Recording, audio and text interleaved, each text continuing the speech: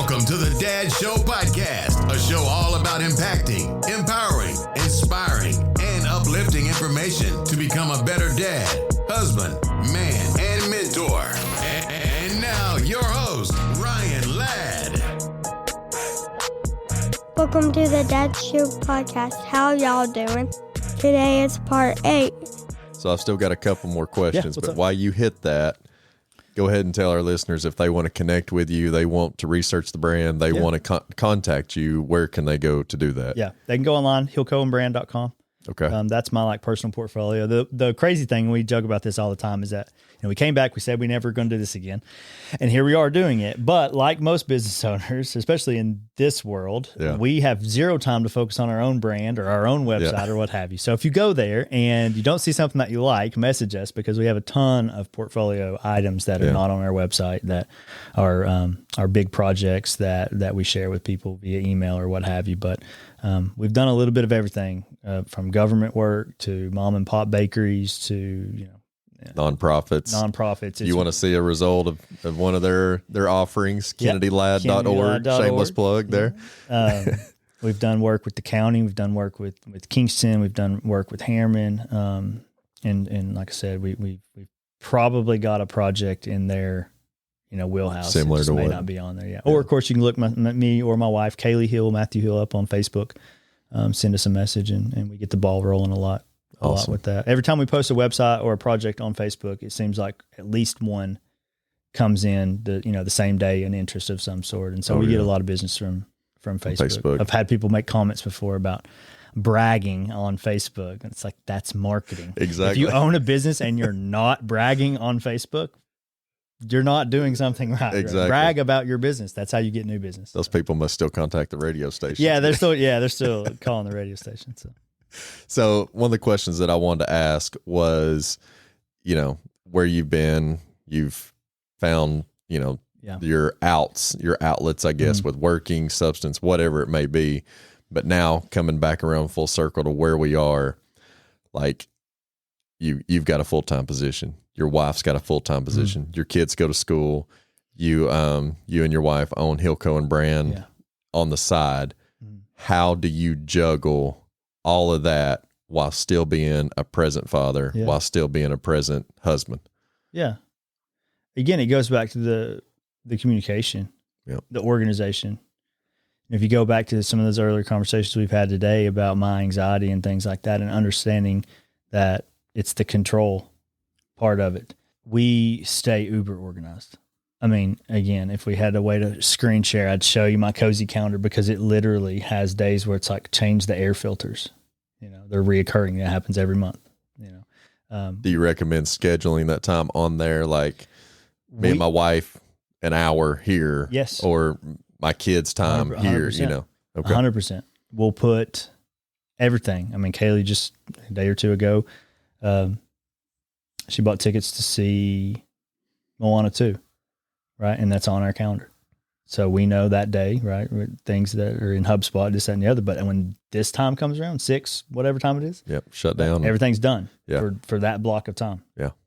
And again, some people that may be listening are like, that's insane.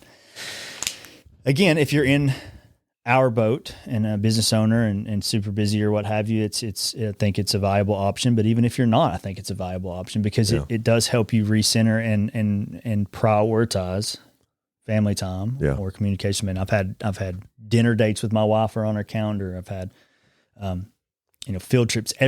I cannot stress you enough. Everything is in there, from reminders to actual, blocked out time. We know every dollar that comes in. We know when every client is billed. We have monthly retainers that automatically pull this, that, and other. Every single bit of that is on there, so that we can double check and we can just make sure that at no point there's something falling through the cracks. Yeah. And then typically what we do is, if it's a quick fix, it comes in during the day, it's 15 minutes, we knock it out. Yeah. Right. If it's anything bigger, then we've gotten so good at glancing at the calendar and then slotting it in appropriately. Yeah. And that way, like I said earlier, we can stay extremely narrow on our day to day and know that, like, if we just focus on today and knock these things out, and sometimes we got to roll stuff, then we're keeping pace. And so, that's family time. Churches. I mean, Wednesday night church. It's literally on Cozy, and Cozy is the application that we use. We have the free, or we have the paid version.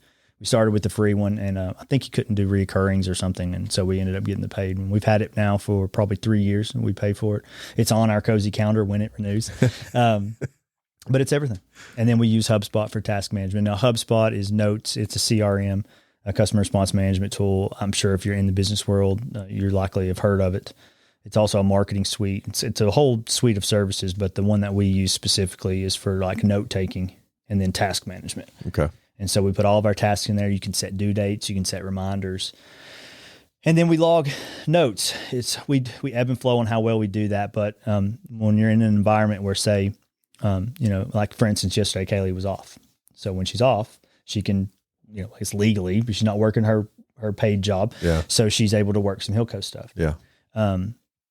And so she, we assign things in HubSpot or what have you. But as she's doing stuff and working with clients, she logs a note on what she's doing. She may log an email interaction, a phone call, a text message, or what have you, so that, say, Thursday I'm off. You take a look at it. She's back to working. Yeah. I can go the entire day picking right up where she left off without ever even having to call. You're not messaging saying, "Hey, what's up with this? What's up?" Right. And bothering her throughout her normal day. So and vice versa. That's been a huge. Those two applications basically run our life. So, and that's Cozy. How do you spell Cozy? Cozy is COZI. COZI. So before we bring this thing home, one more question that I'd like to ask, and I try to ask everybody that's on the show. You take your car into maintenance to check up the engine, get your oil changed, make sure all that's taken care of.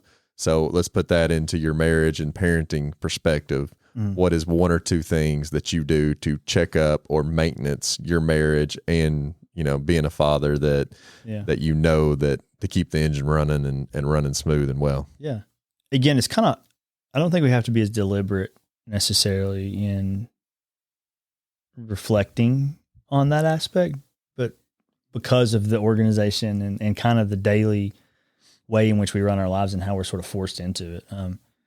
When you plan and you are so, as structured as we are, it really exposes vulnerabilities, if you will. Yeah. And you kind of naturally catch them before they become a problem. I mean, we can look at a calendar and look at a week and go, that ain't going to work. Yeah. There's zero time for the kids, or there's zero time for you and I. We don't get away a lot, just her and I. It's something that we want to start doing more of. Yeah.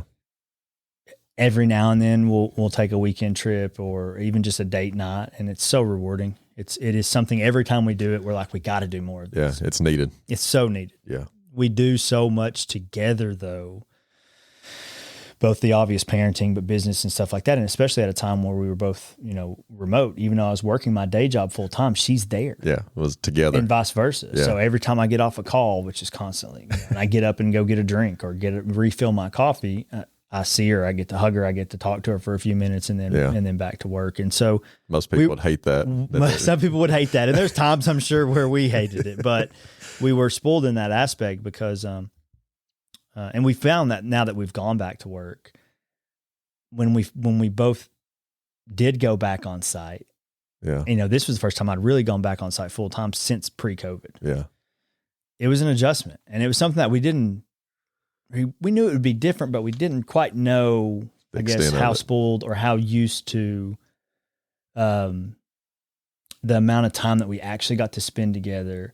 And maybe even as opposed or as it relates to other couples. So we started realizing like, hey, when you work 9 to 5 or 8 to 4, whatever, and then you come home and you have those activities with the kids, or you have whatever, in this case, business stuff and this and the other, like we're laying down at 10, 11 o'clock and we have really barely spoken. Yeah. So I think it's become even more crucial now to, again, just schedule time together. And, last Saturday was a perfect example. If you look on our Cozy, because of how we do things, I bet if you go through the rest of this year, I bet if you go all the way 12 months, you'd be hard pressed to find 5 days that don't have something on them. Yeah. And this past Saturday, we didn't have anything. The whole day was empty. Wow. So we ended up working the entire day to get caught up on a bunch of things. But as we reflect, it's like we have to. Yeah. make that time about us or about the kids or what have you. I completely understand that, man. And that was, I said I was going to only ask one more question, but like something that Allie and I struggle with terribly is when we do have a date night, when we do have the time alone. Yeah. Thank you for watching part 8 and come back tomorrow for part 9.